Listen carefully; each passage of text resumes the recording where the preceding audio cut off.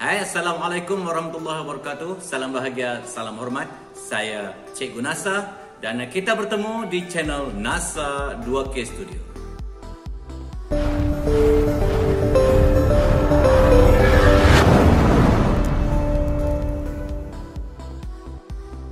Dan ini merupakan video cikgu yang pertama untuk bahasa Melayu tahun 4. Pada kali ini cikgu akan bincang-bincangkan dengan anda semua tentang tajuk penjagaan kesihatan mata yang terdapat pada buku teks muka surat 24 dan 25. Cikgu harapkan anak-anak telah pun bersedia dengan buku teks bahasa Melayu tahun 4. Okey. Kalau semuanya telah pun bersedia, jom kita mulakan. Pada akhir pembelajaran hari ini, cikgu mengharapkan agar anak-anak dapat menjawab soalan pemahaman yang disediakan selepas kita berbincang tentang petikan. Jom kita lihat satu persatu. Muka surat 24.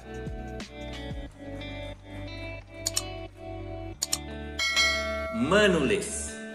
Penjagaan kesihatan mata. Jom kita baca bersama-sama. Jagalah mata kita oleh Dr. Hayati Yusof.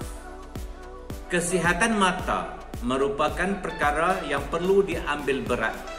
Tujuannya adalah untuk menjaga keseluruhan fungsi penglihatan.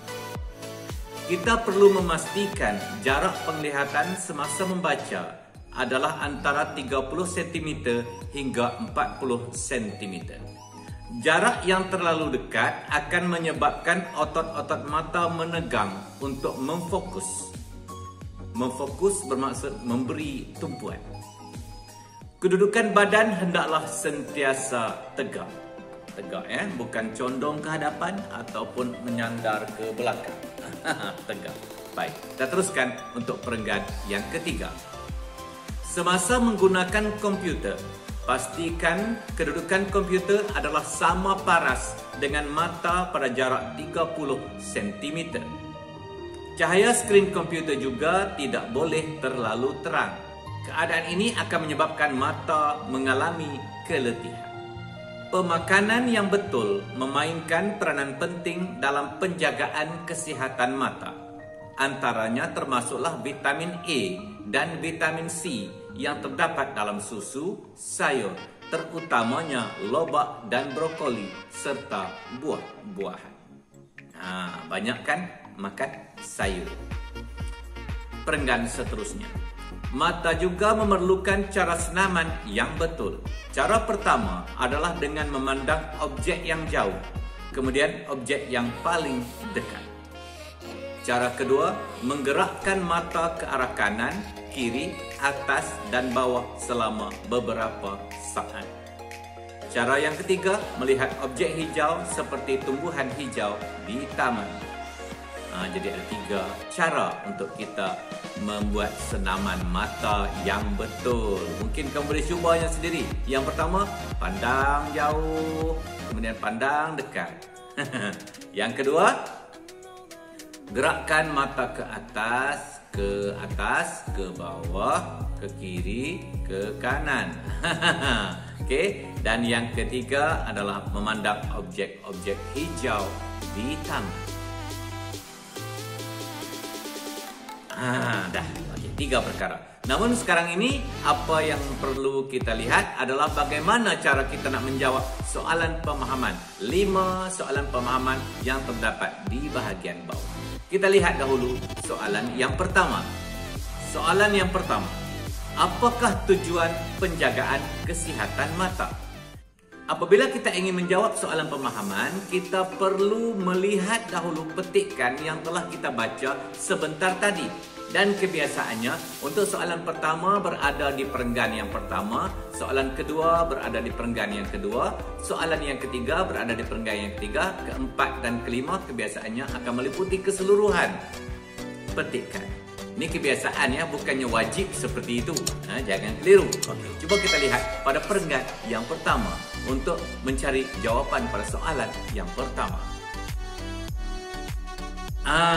Pada perenggan yang pertama kita telah pun temui. Tujuannya adalah untuk menjaga keseluruhan fungsi penglihatan. Bagaimana nak menjawab? Kita perlu mengulang sedikit baris soalannya seperti ini. Penjagaan kesihatan mata bertujuan untuk ambil balik yang kita dapatkan daripada perenggan yang pertama. Lengkapkan. Dah. Selesailah jawapan untuk soalan yang pertama. Okey, dapat? Kita pergi kepada soalan yang kedua. Soalan kedua, berapakah jarak yang sesuai antara mata dengan bahan bacaan? Cuba kita lihat, ada atau tidak jawapan untuk soalan kedua pada perenggan yang kedua. Perenggan yang kedua menyatakan bahawa kita perlu memastikan jarak penglihatan semasa membaca adalah antara 30 cm hingga 40 cm. Itu jawapannya. Bagaimana untuk menjawabnya? Kita perlu ulang beberapa frasa yang terdapat dalam soalan. Seperti ini. Jarak yang sesuai antara mata dengan bahan bacaan adalah jaraknya tu dapat daripada petikan dalam perenggan yang kedua. Dapat? Okey. Kita lihat pula soalan yang ketiga. Mengapakah cahaya skrin komputer tidak boleh terlalu terang? Awal-awal tadi telah cikgu menyatakan bahawa untuk jawapan yang ketiga, kebiasaannya berada pada perenggan yang ketiga. Kita lihat.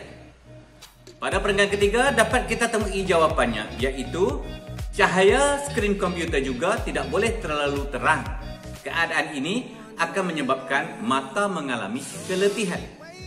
Bila kita dah mendapat jawapannya, kita teliti balik apakah soalan yang dikemukakan supaya kita dapat memetik beberapa frasa untuk permulaan jawapan kita. Kita lihat balik soalan yang ketiga. Anak-anak bolehlah memulakan jawapannya seperti ini. Cahaya skrin komputer tidak boleh terlalu terang kerana jawapannya telah pun cikgu bacakan dalam perenggan yang ketiga tadi. Dapat ya? Dapat. Cikgu rasa semua anak-anak yang sedang mengikuti video ini hebat-hebat belaka. Dan pastinya akan mendapat jawapan yang tepat dan betul. Kita melangkah ke soalan yang keempat. Soalan yang keempat bertanya, bagaimanakah cara untuk mendapatkan vitamin A dan C? Bagaimana kita mendapatkan vitamin A dan C? Dan awal-awal pun telah cikgu nyatakan bahawa untuk jawapan yang keempat dan kelima, kita perlu melihat keseluruhan ataupun berdasarkan kepada KEBAT. Kemahiran berfikir aras tinggi. Maknanya pengetahuan sedia ada yang ada pada fikiran anak-anak, yang anak-anak dapat melalui pembacaan ataupun tontonan. Namun kita cuba teliti dahulu, jawapan ini ada atau tidak pada petikan yang kita baca tadi.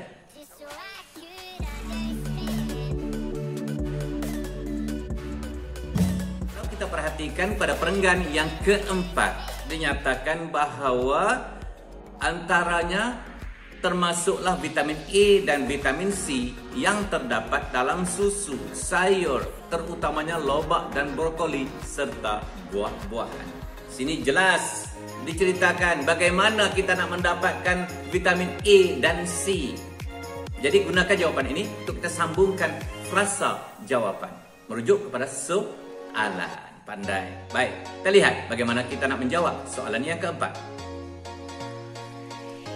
Bolehlah kita mulakan ayat seperti ini. Vitamin A dan C boleh didapati dengan meminum minum apa? Dan makan apa? Dah ada jawapannya dalam petikan. Mudah saja kan? Okey, kalau dah mudah, kita terus ke soalan yang terakhir, iaitu soalan yang kelima. Nyatakan 3 cara senaman mata yang betul. Senaman mata telah kita baca pada perenggan yang terakhir. Diterangkan 3 cara yang cikgu sebutkan tadi. Pandang objek yang jauh, kemudian objek yang dekat, menggerakkan mata ke kiri, ke kanan, ke atas dan ke bawah, serta memandang pemandangan yang hijau. Kamu bolehlah menjawab soalan yang keempat ini dengan membentuk 3 ayat. Bukan hanya satu ayat majmuk melengkapi ketiga-tiga jawapan. Kamu boleh menulis 3 ayat untuk melengkapkan jawapan. Sebab soalan ini menyatakan, nyatakan. Maknanya kita kena bagi tahu. Bolehlah kita mulakan ayat seperti ini. 3 cara senaman mata yang betul adalah cara pertama. Sebutkan cara pertama. Kemudian akhiri dengan noktah. Cara kedua pula, kamu sebutkan cara kedua, diakhiri dengan noktah. Dan cara terakhir adalah berhati-hati semasa kamu meletakkan kata pemberi ialah dan adalah. Lihat sama ada ianya kata nama ataupun bukan. Kalau kata nama, guna ialah. Kalau selain daripada kata nama, gunakan adalah. Okey, cikgu rasa mungkin dah selesai perbincangan kita untuk kali ini. Cikgu harapkan anak-anak dapat menyelesaikan jawapan untuk soalan pemahaman pada muka surat 25 ini. Sampai kita jumpa lagi untuk tajuk-tajuk yang lain pula dalam Bahasa Melayu tahun 4. Assalamualaikum warahmatullahi wabarakatuh.